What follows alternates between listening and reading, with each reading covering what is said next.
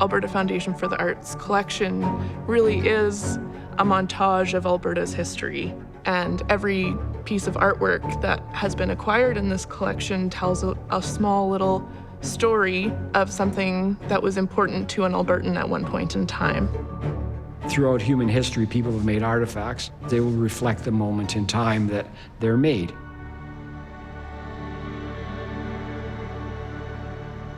You don't need to go to New York or go to Florence.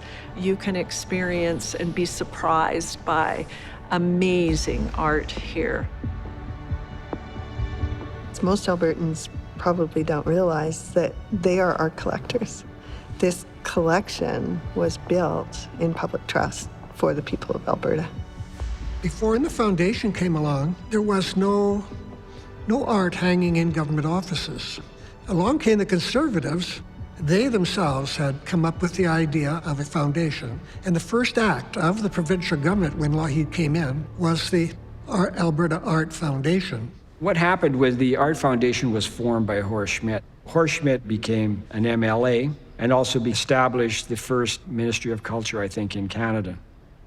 The idea behind the Art Foundation was that through the acquisition of artists' work, that's how the best they felt they could assist the artists. So he was a very, very positive minister and a very positive leader to have around at that time. He made sure things were happening.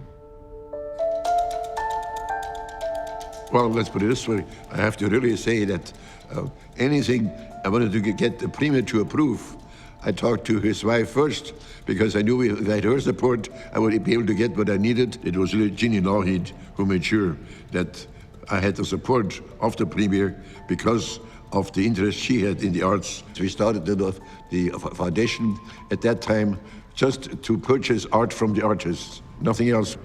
It was really much about the need that artists had.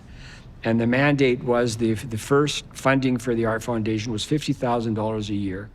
And its primary focus was to acquire art, because that's how they felt that you supported artists, is by buying their art. Because then it's an economic thing, then they have more money, they can pay their studio, they can buy more materials, and they can produce more art.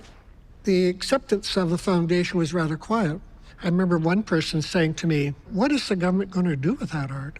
They were suspicious of the government. But little by little, confidence grew in the foundation, and the board started to buy at every level. We acquire through curatorial purchase. We also have an open call. It's called Art Acquisition by Application, and we also accept donation. And we've had many, many major donations. This picture is significant because it is the first acquired under the Alberta Art Foundation, and it is a historic acquisition because it reflects Don Geddes' fantastic achievements when he was with the Eskimos. For the foundation itself, it began to establish its own identity in that a space in Beaver House was allocated to it. So it had a gallery there. It had offices for its board and its support staff.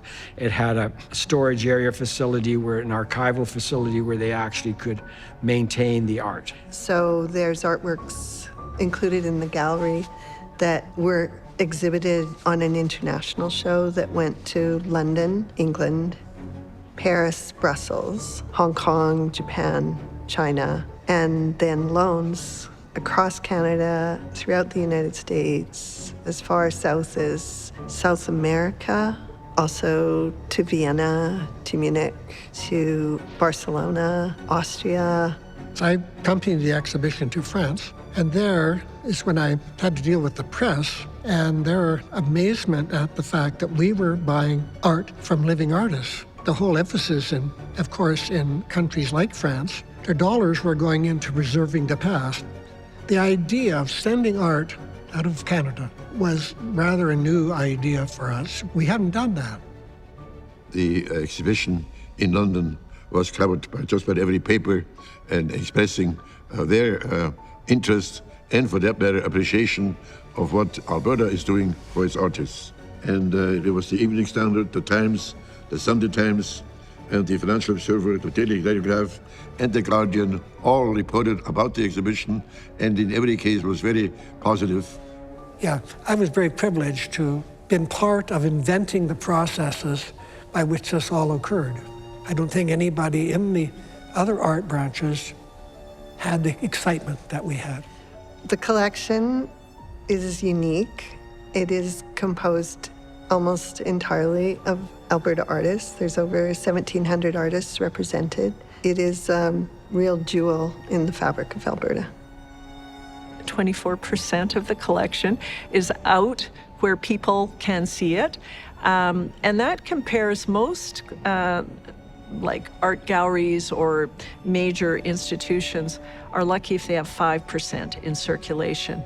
So you will see public art commissions that could be very, very large and installed outside. You will see textiles. You will see, of course, every kind of print and oil and water-based kind of paintings. And we've even seen artists that were working in sculpture or painting or ceramics turn to photography. People and video as, you know, the whole new media. There's a lot of installation and performance pieces that it's really hard to social art practice. Some artists that approach their artwork with that idea will photo document it. And then through that photo documentation, we actually have a record of their process. We have attempted through all the years to really focus on keeping a broad spectrum, being inclusive, and recognizing the diversity of art production with educational packaging. We're trying to bring the art to the community, and we try to do that not only through our placement program, our extended loan program. We've loaned to every public institution within this province, as well as many institutions across Canada and abroad. To build this collection today of over 9,000 artworks, it would never be possible. You could go to as many auction houses and sales and try to search the market, but you could never duplicate it. So it is a feeling of being surrounded by family, and I think that there's a lot of depth within that. In learning about them and studying about them, you realize how incredibly important they are in the story and how they were the building blocks. To me, it is important that having the art collection, it means also that the artists were paid for their efforts and for their time and love. Art, as far as I'm concerned, is really the basic foundation of any human being because it enriches the life of that human being. But it really is the story of Alberta. It's the cultural and heritage story of our identity. Who we are, who we have been over the decades through the lens of the artist, who always ask the penetrating questions, see the contradictions, and help us celebrate our joys and sense of belonging.